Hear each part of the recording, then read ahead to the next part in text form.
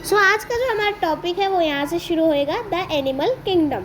As mentioned earlier, along with plants and animals also live in the biosphere. अब आपका in the grassland the number of animal is less compare to the equatorial forest because of less vegetation. So यहाँ पे आप देख सकते हैं penguin का photo, polar bear का फोटो और याक का फोटो। आपका नेक्स्ट टॉपिक है human impact on ecosystem. Human का इकोसिस्टम पर क्या इम्पैक्ट है?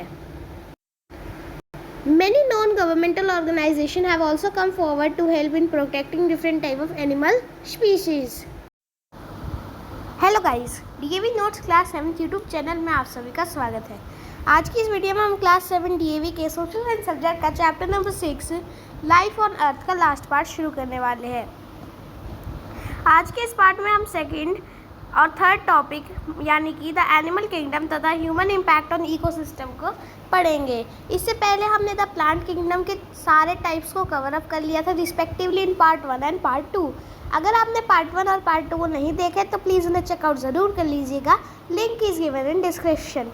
और अगर आपको सभी चैप्टर वाइज सोशल साइंस के वीडियोज़ देखने हैं तो आप हमारे यूट्यूब चैनल पर जाकर सोशल साइंस फॉर क्लास 10 की प्लेलिस्ट पर क्लिक करके सभी सोशल साइंस के चैप्टर्स को सीक्वेंस वाइज देख सकते हैं। चलिए अब बिना टाइम वेस्ट करे वीडियो को शुरू करते हैं।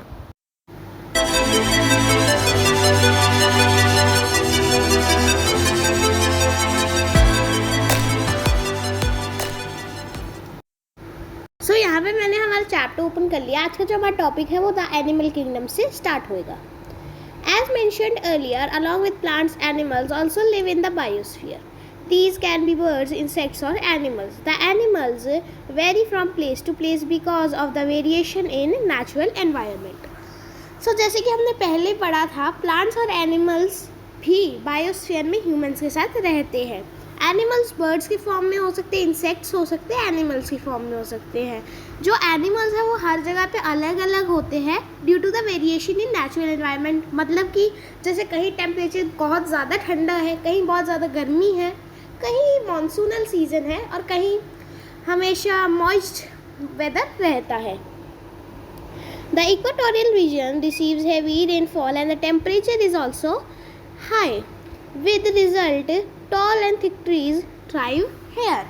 जो हमारे इक्वेटोरियल रीजन होता है, इक्वेटर के आसपास के रीजन्स होते हैं, उनमें काफ़ी हैवी रेनफॉल होती है और टेम्परेचर भी हाई होता है, जिस कारण जो ट्रीज़ हैं वह उस फॉर्म में आ जाते हैं, यानी कि यहाँ के ट्रीज़ टॉल और थिक होते हैं।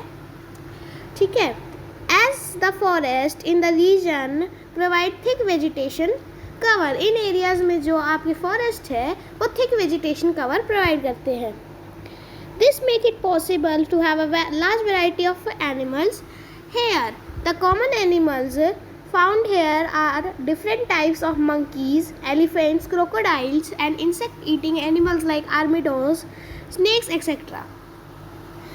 जहाँ यहाँ पे ये थिक वेजिटेशन कवर पाया जाता है, इस कारण यहाँ पे बहुत ज़्यादा मात्रा में बहुत सारी वेराइटी ऑफ एनिमल्स पाई जाती है। ठीक है। कॉमन एनिमल्स जो यहाँ पे पाए जाते हैं वो होते हैं मंकीज, एलिफेंट्स, क्रोकोडाइल्स और इंसेक्ट ईटिंग एनिमल्स जैसे snakes, armadillos etcetera. In the grassland the number of animal is less compare to equatorial forest because of less vegetation. The common animals are lion, cheetah, leopard, deer, rabbit etcetera. Grasslands में जो number of animals है वो equatorial forest से कम होते हैं due to less vegetation. Common animals जो grassland में पाए जाते हैं वो है cheetah, leopard, deer, rabbit etcetera. In the polar region animals have thick fur on their body to protect them from extreme cold. The common animals found here are penguin, polar bear, yak, fox etcetera. जो ज़्यादा ठंडे इलाके जैसे north pole, south pole, Siberia in Russia और northern parts of Canada, उनमें extreme cold होती है और उनसे बचाने के लिए एनिमल्स के ऊपर थिक फर होती है। ठीक है। बहुत कॉमन एनिमल्स जो यहाँ पाए जाते हैं वह है penguin, polar bear, yak, fox and etcetera. यहाँ पे आप पेंगुइन की फ़ोटो देख पा रहे हैं, यहाँ पे पोलर बियर की फ़ोटो देख पा रहे हैं और यहाँ पे याक की फ़ोटो देख पा रहे हैं। नेक्स्ट है आपका human impact on ecosystem. Human का इकोसिस्टम पर क्या इम्पैक्ट है? Due to rapid increase in population in the world, the areas under forest are fast decreasing. जैसे जैसे पॉपुलेशन बढ़ती जा रही है वैसे वैसे जो फॉरेस्ट कवर है अर्थ का वो घटता जा रहा है। Man has cleared forest for the sake of agriculture, habitation and expansion of industries.